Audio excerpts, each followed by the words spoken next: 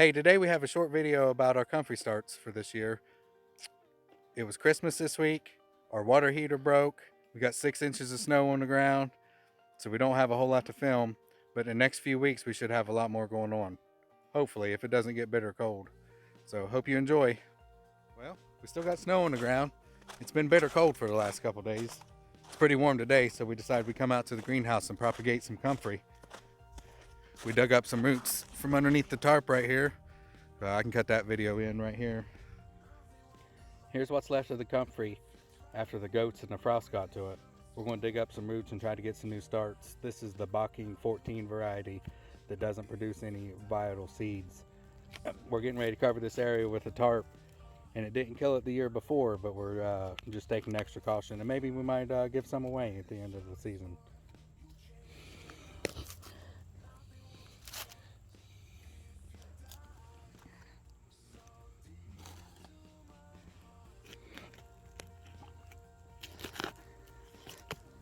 We've never done this before, but these roots look way different than I thought they would. Is that a root?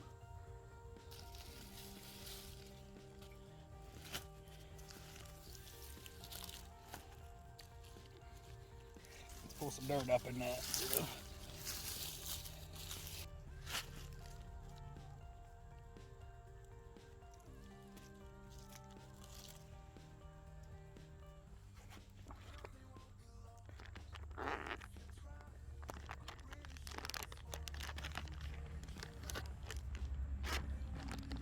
Now we're taking them to the house and check on them every few days and see if they start growing roots. Then we can pot them up. Okay, we're going to take the root cuttings from that Comfrey plant. We're going to put them in these 2-inch pots with filled with burpee seed starting mix that we had left over. You can tell it's been out in the weather. It's all gross looking. Might as well use it up and get new for next year. And here's the cuttings. We've had them in a plastic bag with tissue to hold moisture for about, I don't know, maybe a month. Probably a little bit too long. But we're going to put them in the pots right now. They're looking pretty good. That's plant actually coming up out of there. I don't see any roots.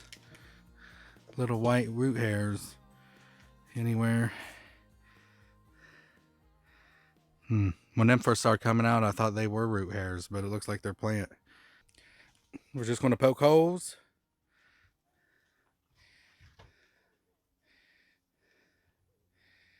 Slide them cuttings right down in. Them cuttings might be a little bit too big.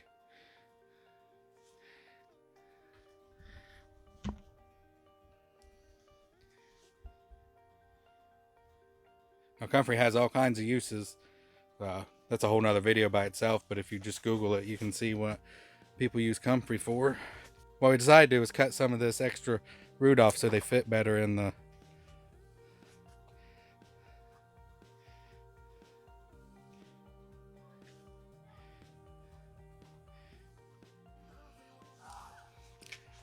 what we're trying to do is plant them deep enough that that little crown is right to the top of the surface.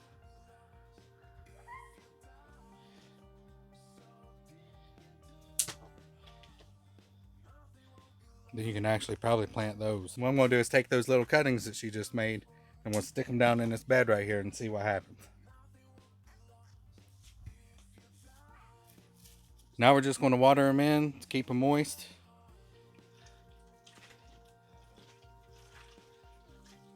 Now that cocoa coir that's in that seed starting mix should wick all that water up.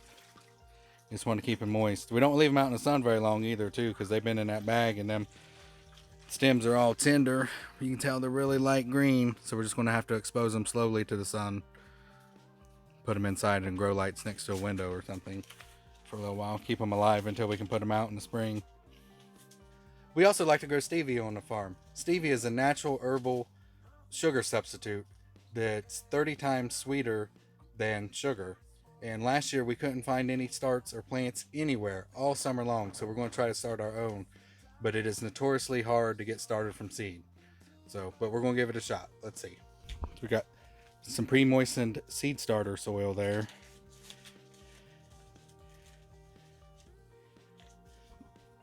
And a packet and a packet.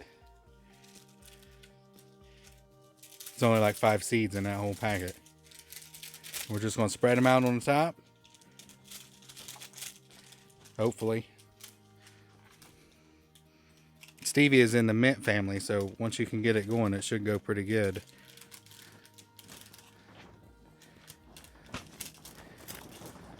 And then we're just going to put a little bit. You don't have to bury it very deep. The wind's blowing. I apologize for the greenhouse making noise. And we're just going to lightly